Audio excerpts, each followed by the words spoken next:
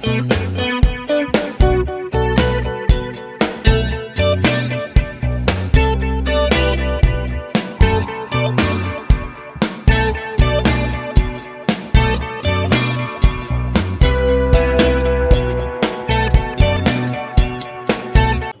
Students, चलो start करते हैं।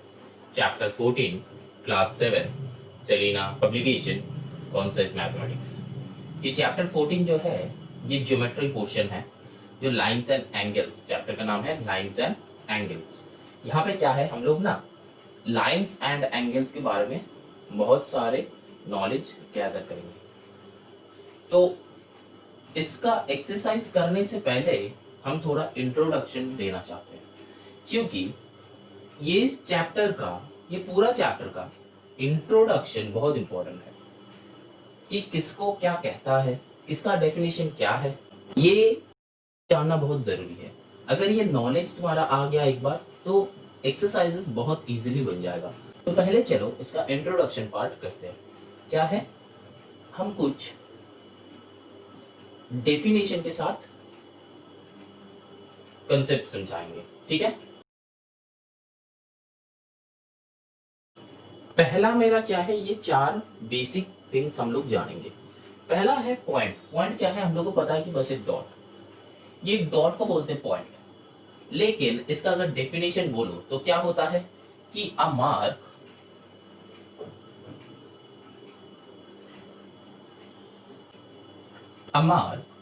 Of position which has no length, breadth, ठीक है, एंड नो थिकनेस। ये होता है पॉइंट का डेफिनेशन, ठीक है। Mark of position which has no length, breadth and no thickness, ठीक है। मतलब कोई भी लेंथ, ब्रेथ, थिकनेस है नहीं। तो यहाँ पे हम पॉइंट दिया था वो मिटा दिया है। अब देखो ये एक डॉट है, इसको रिप्रेजेंट कैसे करते हैं,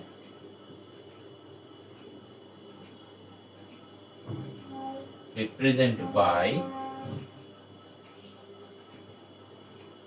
एनी कैपिटल लेटर, ठीक है। मतलब ये ए हो सकता है, कुछ डॉट है ये एक्स हो सकता है, कुछ डॉट है ये वी हो सकता है, ऐसे करके मतलब जो भी होगा ना कैपिटल में होगा। ये होता है बस पॉइंट, ठीक। समझ में आया कि नहीं आया? पॉइंट का मतलब समझ में आया? Very good. अब चलो चलते हैं line. What is a line? Line में क्या है, a line has length but no breadth and no thickness। Difference समझ में आया? इसमें क्या था, no length, no breadth, no thickness, ठीक है। लेकिन यहां पे क्या है, लेंथ होगा बट ब्रेथ नहीं होगा, थिकनेस नहीं होगा। समझ में आया? तो ये होता है लाइन। अब देखो लाइन ना 2 टाइप का होता है। कौन सा? ऐसा भी लाइन हो सकता है, ऐसा भी लाइन हो सकता है, ऐसा भी लाइन हो सकता है, ठीक है। ये जो है स्ट्रेट लाइन, ये जो है curve line,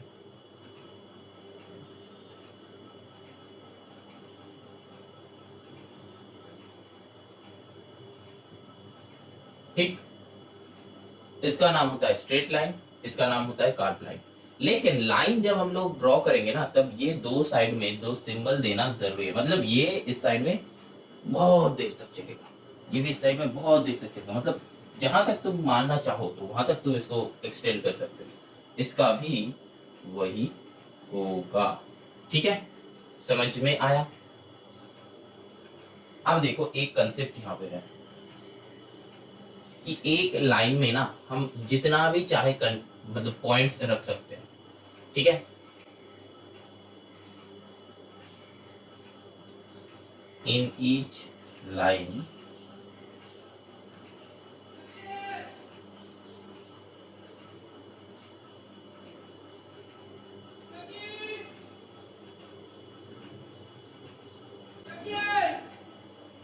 in each line we can put infinite number of points. समझ में आया? In each line we can put infinite number of, ठीक है, ये लिख देंगे इनफाइनाइट नंबर, मतलब जितना भी बड़ा हो जाए, जितना भी चाहे हम लोग पॉइंट रख सकते हैं, ठीक है, इनफाइनाइट नंबर ऑफ पॉइंट्स। अब इनफाइनाइट नंबर ऑफ पॉइंट्स, कितना लेंथ पे इनफाइनाइट नंबर, लेंथ कुछ भी हो जाए, ठीक है, तो इसके स्टार्टिंग में लिख दो what ever the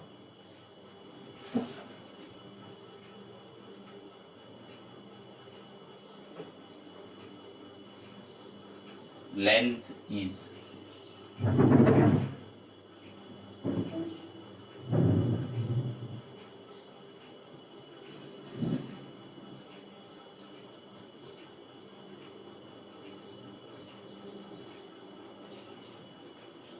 whatever the length is in each line we can put infinite number of points। मतलब एक लाइन के अंदर जितना भी चाहे, यहाँ पे एक कर सकते हैं, यहाँ पे एक कर सकते हैं, यहाँ पे यहाँ पे यहाँ पे यहाँ पे कर सकते हैं, ये दोनों के बीच में भी कर सकते हैं, है कि नहीं, और फिर ये जो छोटा वाला किया ये दोनों के बीच में भी हम कर सकते हैं, क्योंकि इसका तो कोई लेंथ नहीं होता है, ब्रेथ नहीं होता है, थिकनेस नहीं होता है, मतलब जितना भी चाहो तुम पुट कर सकते हो, जितना भी, इनफाइनाइट नंबर ऑफ, ठीक है। अब ये हो गया पॉइंट का बात, ये हो गया लाइन का बात। अब चलो चलते हैं नेक्स्ट रे का। तो पॉइंट हम समझा दिया, लाइन हम समझा दिया, अब रे क्या है वो देखते हैं। अब यहाँ पे ना ऐसा भी होगा तो भी चलता है, ऐसा भी होगा तो भी चलता है, ठीक है, लेकिन बस तुमको क्या करना है, ये एरोस देना है, ठीक है। ये सारे कार्व लाइन होता है, मतलब ये एक टाइप का, ये एक टाइप का, ये एक टाइप का, सारे कार्व लाइन होता है, ठीक है। चलो moving on to the next point, that is ray. अब देखो रे क्या है, a straight line starts from a fixed point and moves in the same direction। मतलब क्या, a straight line starts from a fixed point and moves in the same direction। ये क्या है, स्ट्रेट लाइन, ठीक है। स्ट्रेट लाइन का ये दो पॉइंट है, दो पॉइंट को फिक्स्ड कर दो, दो पॉइंट को फिक्स्ड कर दो, सोचो कि ये है ये बी है, तो दो पॉइंट को फिक्स्ड कर दिया। अब क्या होता है, start from a fixed point, कोई भी एक फिक्स्ड पॉइंट ले लो, ठीक है, ये वाले फिक्स्ड पॉइंट से स्टार्ट हो रहा है, moves in the same direction, मतलब यही डायरेक्शन में चलेगा, इस साइड नहीं होगा एरो, एक साइड एरो होगा, तब ये हो जाएगा रे। मतलब समझ में आया? अब देखो यहाँ पे दो टाइप का हो सकता है, ठीक है, सोचो कि ये वाला लाइन है, तो ए बी हम पॉइंट था, तो मेरा रिप्रेजेंटेशन कैसा है, रिप्रेजेंटेशन कैसा है, ए बी, जिस साइड जा रहा है उसी साइड, मतलब क्या, ए टू बी जा रहा है तो ऐसे होगा डायरेक्शन, ठीक है। अब अगर ये उल्टा होता, मतलब सोचो कि ऐसे होता, इधर में क्या है, ए है, इधर में क्या है, बी है, तो क्या होगा, देखो ए से बी जा रहा है ना, ए से बी इधर से आ रहा है, तो मतलब इसका भी रिप्रेजेंटेशन ये सेम ही होगा, ए से बी जा रहा है, ठीक है। और अगर इसको तुम उल्टा करके लिखोगे ना, बी ए, तब क्या, ए टू बी जा रहा है, ऐसे रिप्रेजेंट करना है तुमको, तो इसी का रिप्रेजेंटेशन बता रहे हैं, आइदर ए टू बी, मतलब क्या, जिससे जिस तरफ जाएगा एरो उसी से उसकी तरफ जाएगा, समझ में आया लॉजिक, जिससे जिस तरफ जाएगा एरो उससे उस तरफ जाएगा, मतलब यहाँ पे क्या जा रहा था, ए से बी का तरफ जा रहा था, तो यहाँ पे ए बी के ऊपर एक एरो दिए है, मतलब ए टू बी जा रहा है, यहाँ पे भी क्या, ए से बी आ रहा है, तो मतलब क्या, ए से बी जा रहा है तो एरो। अब उल्टा करके अगर हम लिखते हैं तो ए से बी जा रहा है, मतलब समझ में आया, यही होता है इसका रिप्रेजेंटेशन, ठीक है। अब देखो इसको ए बी है, इसको अगर ए बी इस तरफ लिखा है, तो अगर हम इसको उल्टा करके भी लिख सकते हैं कि बी ए लिख दियो तुम, ठीक है, लेकिन वो जा कहाँ रहा है, ए से बी ना, तो ए से बी जा रहा है, समझ में आया, इधर से इधर जा रहा है, ए से बी जा रहा है, तो यहाँ पे जैसा भी नंबर्स लिखो, बस एरो देख के हम लोगों को पता चल जाएगा कि ये वाले रे का डायरेक्शन क्या है, ठीक है। तो एरो से हम लोगों को क्या पता चलता है, तो arrow represents the direction of the रे, ठीक है, arrow represents the direction of the रे, मतलब रे का डायरेक्शन हम लोग को पता चलता है किससे, ये एरो से, ऊपर का जो एरो है ना ये एरो से। समझ में आया? अब देखो ये एक पॉइंट है, अब नेक्स्ट एक बात देखो, ये एक पॉइंट है, ठीक है, एक पॉइंट से देखो इधर भी रे हो सकता है, इधर भी जा सकता है, इधर भी हो सकता है, इधर भी हो सकता है, यहाँ पे भी हो सकता है, यहाँ पे भी हो सकता है, यहाँ पे भी हो सकता है, यहाँ पे भी हो सकता है। मतलब क्या, एक पॉइंट से हम लोग इनफाइनाइट रे ड्रॉ कर सकते हैं, ठीक है, लिख लो any number of rays we can draw from a line, line नहीं पॉइंट होगा,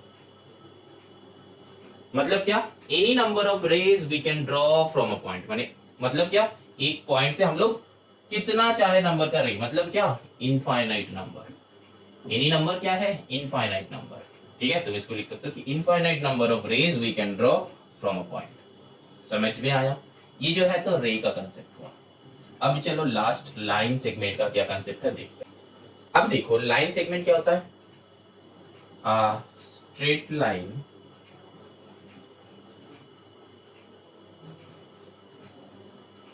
with both ends fixed, ठीक, मतलब एक स्ट्रेट लाइन ऐसा है, बोथ एंड को फिक्स कर दो, मतलब क्या, एक पॉइंट यहाँ पे रख दो, ठीक है, तो ये पॉइंट का नाम दे दो ए, ये पॉइंट का नाम दे दो बी, तो ये हो गया एक लाइन सेगमेंट। समझ में आया? लाइन सेगमेंट क्या है, ठीक। अच्छा अब देखो ये लाइन सेगमेंट का कुछ पॉइंट्स होता है, ठीक है। First point, line segment has definite length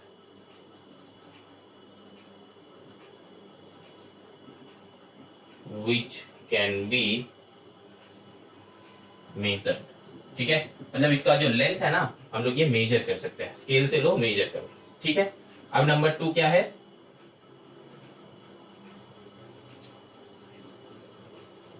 through 2 points only one line segment can be drawn, मतलब क्या, दो पॉइंट से एक ही सेगमेंट ड्रॉ होगा, मतलब यहाँ पे इसके ऊपर तुम अगर ऐसा वाला ड्रॉ कर सकते हो, नहीं होगा। अगर तुम बोल रहे हो कि सर हम एक यहाँ पे 2 डॉट है, हम एक ऐसा वाले बनाएंगे, लेकिन बेटा देखो ये तो डेफिनेशन ही कंट्राडिक्ट कर गया, क्यों, यहाँ पे क्या बताया था, स्ट्रेट लाइन, ये क्या स्ट्रेट लाइन है, नहीं है, ये क्या है, कार्व्ड लाइन, तो क्या ये लाइन सेगमेंट हो सकता है, नहीं हो सकता है। समझ में आया? तो through 2 points only one line segment can be drawn, मतलब 2 पॉइंट से एक ही लाइन सेगमेंट ड्रॉ होगा, ठीक है।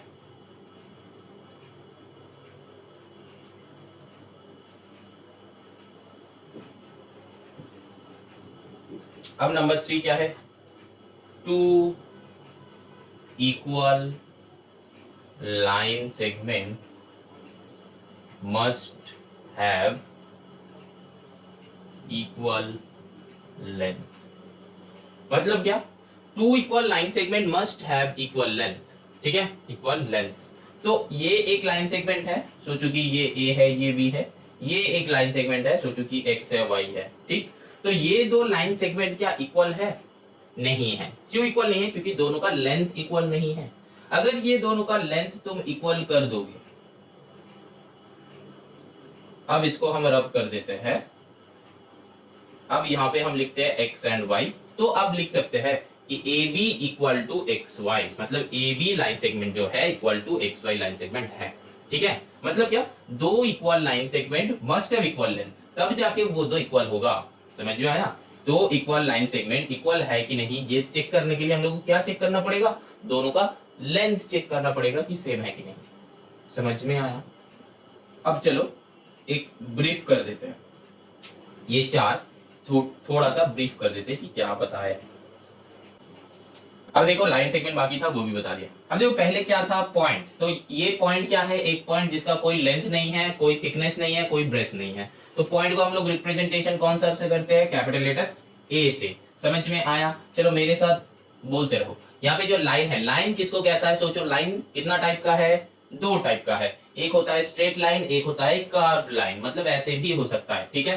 तो ये जो स्ट्रेट लाइन है ये सारे क्या है? Curve line. तो और यहाँ पे एक क्या पॉइंट बताया था कि एक लाइन के बीच में यहाँ पे जितना सारा मतलब इनफाइनाइट नंबर ऑफ पॉइंट्स हो सकता है कि नहीं? इनफाइनाइट नंबर ऑफ पॉइंट्स हो सकता है। और फिर ये लाइन क्या, ये ऐसे ही कहा जाएगा? नहीं कहा जाएगा। कैसे? इसका दो एरोस देना है मस्ट, हर एक का दो एरोस जब तक नहीं दोगे तब तक वो लाइन नहीं कहा जाएगा, ठीक है। और फिर नेक्स्ट क्या बताया था? रे बताया था। रे का क्या है? सोचो कि ये एक लाइन है, ये लाइन का दो पॉइंट है ए बी, तो ये पॉइंट को एक्सटेंड करके एक डायरेक्शन बता दो, तो वो हो गया रे। रे का मतलब है कोई एक ही डायरेक्शन में जाता है, ठीक है। सोचो कि तुम वो लेजर लाइट जो होते हैं ना, उसको तुम ऐसे करके तुम मारे हो और वो एकदम सीधा एक ही डायरेक्शन में जाएगा, ठीक है। तो वो होता है रे। हम लोग क्या बोलते हैं? क्या रे, देख वो रे आ रहा है ना? तो ऊपर से नीचे आता है तब वो रे बोलते हैं हम लोग, या फिर सन रे या फिर किसी का रे बोलते हैं। तो फिर क्या होता है? मतलब एक ही डायरेक्शन में जाता है। तो यहाँ पे भी मैथ्स में भी रे का मतलब क्या है? एक ही डायरेक्शन में जाएगा। इसका रिप्रेजेंटेशन क्या है? बस कुछ नहीं, ए से बी जा रहा है तो ऐसा करके एरो। अगर इसको तुम बी ए करके लिखोगे तो एरो किससे किस तरफ होगा? ऑब्वियसली उल्टा होगा, ए से बी के तरफ, ए से बी के तरफ, मतलब ए से बी के तरफ, मतलब जिस तरफ जा रहा है उसी साइड हम एरो देंगे, ठीक है। अच्छा, तो ये हो गया तो रे का बात। और एक क्या बताया था? यहाँ पे बताया था कि एक पॉइंट से हम लोग जितना भी चाहे रेज निकाल सकते हैं, है कि नहीं? जितना भी चाहे रे कर लो। तो हर एक रे का लेकिन डायरेक्शन एक ही होगा, डायरेक्शन एक ही होगा। मतलब ये जो एक पॉइंट है ना, इस पॉइंट से ये रे इधर निकला है, ये रे इधर निकला है, ये रे इधर निकला है, ये इधर निकला है, ऐसे ऐसे करके, ठीक है। अच्छा, अब देखो, अब बताया था कि लास्ट कंसेप्ट क्या था हम लोग का? Line segment. तो लाइन सेगमेंट क्या बताया था? ये होता है लाइन सेगमेंट। क्या है लाइन सेगमेंट? दो पॉइंट के बीच में इसको बाउंड कर दो। मतलब ये ए है, ये बी है, तो दो पॉइंट के बीच में बाउंड कर दिया कि इससे ये बड़ा हो ही नहीं सकता। तो मतलब क्या? इसका एक डेफिनेट लेंथ होगा, जरूर होगा। तो ये डेफिनेट लेंथ होगा जिसको हम लोग मेजर कर सकते हैं। तो इसका क्या, ये लाइन सेगमेंट का क्या तीन पॉइंट बताया था, ये डेफिनेट लेंथ होगा जिसका हम लोग मेजर कर सकते हैं। और क्या है, दो लाइन सेगमेंट को इक्वल कब बोलेंगे? जब वो दोनों का लेंथ इक्वल होगा। ये एक है, ये एक है, तो इसका ये दोनों का अगर लेंथ इक्वल होगा then we can say that AB equals to XY, ठीक है। अब चलो नेक्स्ट, यहाँ पे एक और एक पॉइंट क्या बताया था कि दो पॉइंट से एक ही लाइन सेगमेंट ड्रॉ होगा और कुछ हो नहीं सकता, क्योंकि क्योंकि ये लाइन सेगमेंट जो होता है ये क्या होता है? स्ट्रेट लाइंस होता है। लाइन सेगमेंट जो होता है ये स्ट्रेट लाइंस होता है। तो दो पॉइंट के बीच में तुम कितना स्ट्रेट लाइन ड्रॉ कर सकते हो? एक ही स्ट्रेट लाइन ड्रॉ कर सकते हैं हम लोग, ठीक है। और कोई स्ट्रेट लाइन ड्रॉ नहीं कर सकते क्योंकि यही होता है उसका शॉर्टेस्ट पाथ, ठीक है। वो तुम फिजिक्स में किए हो शायद। तो अगर ये समझ में नहीं आ रहा है तो छोड़ दो, बस ये सिंपल सा लॉजिक समझ लो कि दो पॉइंट के बीच में एक ही स्ट्रेट लाइन बन सकता है। और कुछ स्ट्रेट लाइन तुम बना सकते हो, ये स्ट्रेट लाइन छोटे चेक कर लो। ऐसे बनाओगे नहीं होगा, ऐसे बनाओगे नहीं होगा, ऐसे थोड़ा सा ऊपर से तुम एक बोलो कि ऐसे हम बना दिया, नहीं होगा, वो तो टेढ़ा हो गया। एक नीचे से एकदम स्ट्रेट करके नहीं होगा, एक थोड़ा सा बेंड हो जाएगा तो वो स्ट्रेट लाइन नहीं होता। तो एक ही स्ट्रेट लाइन बनेगा, ठीक है, दो पॉइंट से। अब चलो चलते हैं कुछ नया कंसेप्ट पे।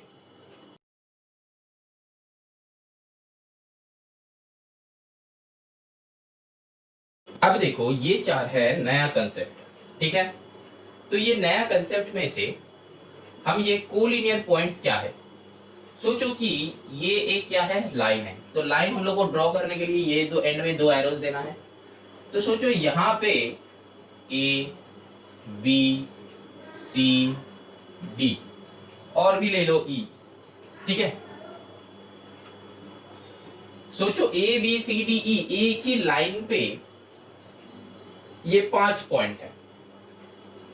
तो एक लाइन के ऊपर जितना पॉइंट होगा उसका मतलब होता है कोलिनियर।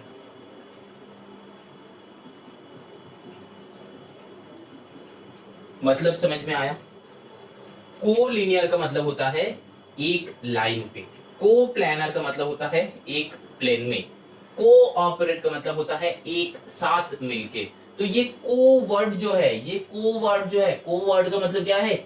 एक ही में, एक में, ठीक है। को लीनियर मतलब क्या है? एक लाइन में। समझ में आया? को प्लानर मतलब एक ही प्लेन में, ये एक प्लेन है, एक ही प्लेन में, ये एक प्लेन है, एक ही प्लेन में, उसको बोलते हैं एक को प्लानर, ठीक है। और भी है, तुम लोग सुने हो कि कोऑर्डिनेट करो, ठीक है। अगर मतलब टीचर्स बोलते हैं ना कि हम लोग से कोऑर्डिनेट करना है तुम लोगों को, बोलते हैं ना, चाहे सोचो कि कुछ फंक्शंस है, चाहे सोचो कि कुछ प्लेइंग का मतलब कुछ प्ले का अरेंज करना है, तो इसी के लिए टीचर्स क्या बोलते हैं कि कोऑर्डिनेट करो, है ना। तो कोऑर्डिनेट का मतलब क्या होता है, मिल के काम करना, एक साथ काम करना, ठीक है। तो ये को का मतलब क्या होता है, एक, एक एज अ यूनिट, एक। तो A B C D E या फिर ए बी सी तीन पॉइंट्स अगर एक लाइन के ऊपर रहता है तो वो होता है कोलिनियर पॉइंट्स। तो ये कोलिनियर पॉइंट्स क्या है, समझ में आया। तो इसका डेफिनेशन क्या होगा, थ्री और more points lie on the same line is called as collinear points। समझ में आया, ये हो गया इसका डेफिनेशन, कोलिनियर पॉइंट्स का डेफिनेशन। अब देखो इंटरसेक्टिंग लाइन, देखो कि ये तो पहले वाले का हो गया। अब चलो नंबर 2, क्या है इंटरसेक्टिंग लाइंस, क्या है, सोचो कि ये एक लाइन है, ये एक लाइन है, तो लाइन ड्रॉ करने के लिए हम क्या बताता है, ऐसे एरोस देना है, ऐसे एरोस देना है। तो अब देखो दो लाइन अगर एक ही पॉइंट पे इंटरसेक्ट करेगा, एक पॉइंट पे इंटरसेक्ट करेगा, तो ये दो लाइंस को हम लोग बोलते हैं कि इंटरसेक्टिंग लाइंस। समझ में आया, दो लाइन एक पॉइंट पे इंटरसेक्ट किया, दो स्ट्रेट लाइन एक पॉइंट पे इंटरसेक्ट किया है, तो इसी को हम लोग बोलेंगे इंटरसेक्टिंग लाइंस। क्या सर, अगर तुमसे कोई पूछता है कि सर अगर ये स्ट्रेट लाइन से इंटरसेक्ट करता है, कर्व लाइन नहीं कर सकता, हाँ बेटा जरूर कर सकता है। सोचो कि ये एक कर्व लाइन है, ये एक कर्व लाइन है, तो इंटरसेक्ट किए ना। सोचो कि ये एक स्ट्रेट लाइन है, एक कर्व लाइन है, तो इंटरसेक्ट किया ना, तो ये भी हो जाता है पॉइंट ऑफ इंटरसेक्शन, ये भी हो जाता है पॉइंट ऑफ इंटरसेक्शन। समझ में आया। अब ये जो पॉइंट है ना, इस पॉइंट को हम लोग बोलते हैं क्या, इस पॉइंट को हम लोग बोलते हैं point of intersection, point of intersection. समझ में आया। अब डेफिनेशन क्या है, when two points meet at a point, then the lines are called as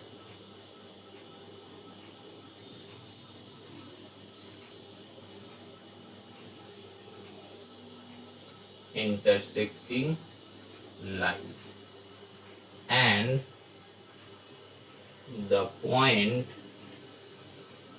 they meet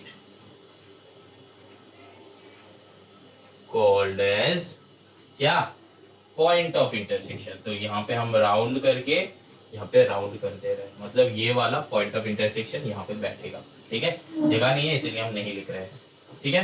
तो यहाँ तक एक डेफिनेशन एंड है, यहाँ पे नया डेफिनेशन, ठीक है।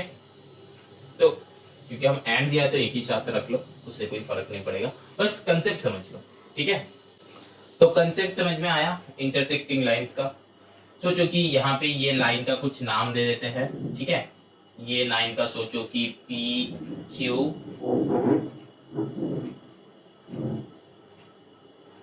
आर एस नाम देते हैं, ठीक है। ये पॉइंट्स का नाम दिया है हम, ठीक है। और लाइन ये एरो से ये बता रहे कि ये लाइन है। तो यहाँ पे क्या होगा, P Q R S, P Q and R S are intersecting lines, ठीक है। P Q R S are intersecting lines, and ये मिडिल वाले पॉइंट का नाम दे दो O, and O is point of intersection.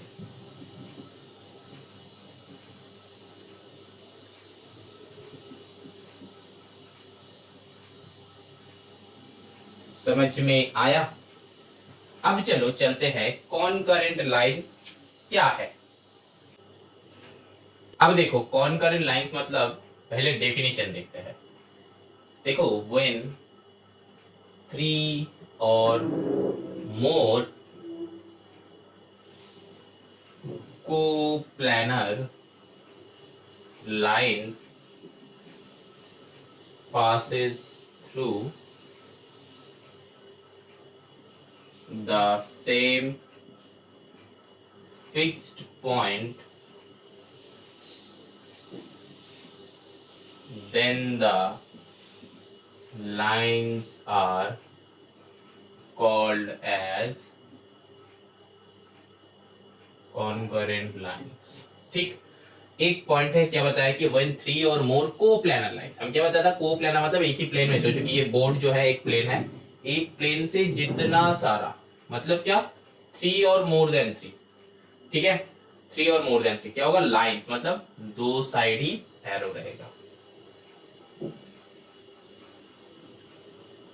मतलब ये पूरा एक लाइन है, ये पूरा एक लाइन है, समझ में आ रहा है, तो ये पूरा एक लाइन है, ये पूरा एक लाइन है, दो लाइन नहीं है, एक ही है यहाँ पे, ठीक है, ऐसा नहीं कि तुम लोग इसको दो समझो, एक ही लाइन है। तो अब देखो यहाँ पे ये जो लाइंस है, ठीक है, ये सोच लो कि यहाँ पे ओ पॉइंट पे मीट कर रहा है, ठीक, ओ पॉइंट पे मीट कर रहा है, तो एक ही प्लेन में अगर थ्री और थ्री से ज्यादा कोप्लानर, मतलब एक ही प्लेन में थ्री और मोर देन थ्री, थ्री और मोर देन थ्री होगा, थ्री और more than three, comma, coplanar lines passes through the same fixed point, मतलब समझ में, एक ही प्लेन में थ्री और more than three lines pass कर रहा है एक ही पॉइंट पे, मतलब एक ही पॉइंट से थ्रू सेम पॉइंट, ठीक है, through the same fixed point, तब ये लाइंस को कहता है कॉन्करेंट लाइंस, ठीक है, और ये जो पॉइंट है O, and the point is called as point of, वहां पे जैसे कहा था पॉइंट ऑफ इंटरसेक्शन, यहां पे वैसे कहेगा पॉइंट ऑफ कॉन्करेंस। समझ में आया कंसेप्ट? अब चलो देखते हैं कि पैरेलल लाइंस क्या होता है। देखो पैरेलल लाइन, ये एक लाइन है, ये एक लाइन है, मतलब दो लाइन कभी भी मीट नहीं करेगा, तब हो जाता है वो पैरेलल लाइंस। ये तो पता है, जैसे कि रेलवे ट्रैक देखे हो, रेलवे ट्रैक देखे हो ना, रेलवे का लाइन जैसे रहता है, वो होता है पैरेलल लाइंस, ठीक है, मतलब क्या, two lines are parallel when they will never meet to each other no matter what their length is, ठीक है, मतलब एक हो सकता है इतना बड़ा लाइन, दूसरा हो सकता है इतना छोटा लाइन, तो ये दोनों भी पैरेलल ही है क्योंकि कभी मीट नहीं करेगा। समझ में आया? Two lines are parallel when they will never meet to each other no matter what their length is. यहाँ लेकिन यहाँ पे एक पॉइंट है, सोचो कि यहाँ पे एक लाइन है, यहाँ पे एक लाइन है और यहाँ पे एक लाइन है, मतलब ये बोर्ड के ऊपर एक लाइन है, यहाँ पे एक लाइन है, ठीक है, ये 2D 3D का कंसेप्ट है थोड़ा सा, ठीक है। सोचो कि इसका ये बोर्ड का, यहाँ पे ये बोर्ड है, तो बोर्ड का क्या होता है, बोर्ड 2D है कि 3D है, 2D प्लेन है, क्यों, क्योंकि बस इसका लेंथ है और इसका ब्रेथ है, हाइट नहीं है, ऊपर नहीं दिख रहा, ठीक है। मतलब सोचो कि ये जो है, ये एक जो है ये तुम्हारा y एक्सिस है, ये x एक्सिस है, तो ये हो गया 2D प्लेन। लेकिन अगर इससे ये z एक्सिस आ जाता है ना, तो ये हो जाता है 3D प्लेन। लेकिन z एक्सिस ऐसे नहीं होता है, ऐसे हम लोग ड्रॉ करते हैं, लेकिन ओरिजिनली कैसे होता है, ऐसे होता है, ओरिजिनली ये बाहर की तरफ होता है ओरिजिनली, ठीक है। तो मतलब जब तुम मतलब फिल्म देखने जाते हो, ठीक है, कि 3D फिल्म है, जब वो देखने जाते हो तो तब देखना स्क्रीन में नहीं आता है, स्क्रीन का ऊपर आता है, तो मतलब ये जगह पे आता है, समझ रहे हो, ये जगह पे आता है, वो इसके अंदर नहीं आता, ये जगह पे आता है, कुछ उठा उठा सा, मतलब हम लोगों को लगता है कि हम लोग उसको पकड़ सकते हैं, लेकिन पकड़ नहीं सकते, ठीक है। अच्छा, तो यही होता है, तो यहाँ पे एक लाइन आ जाएगा, जो लाइन है same plane. Two lines are parallel when they will never meet to each other in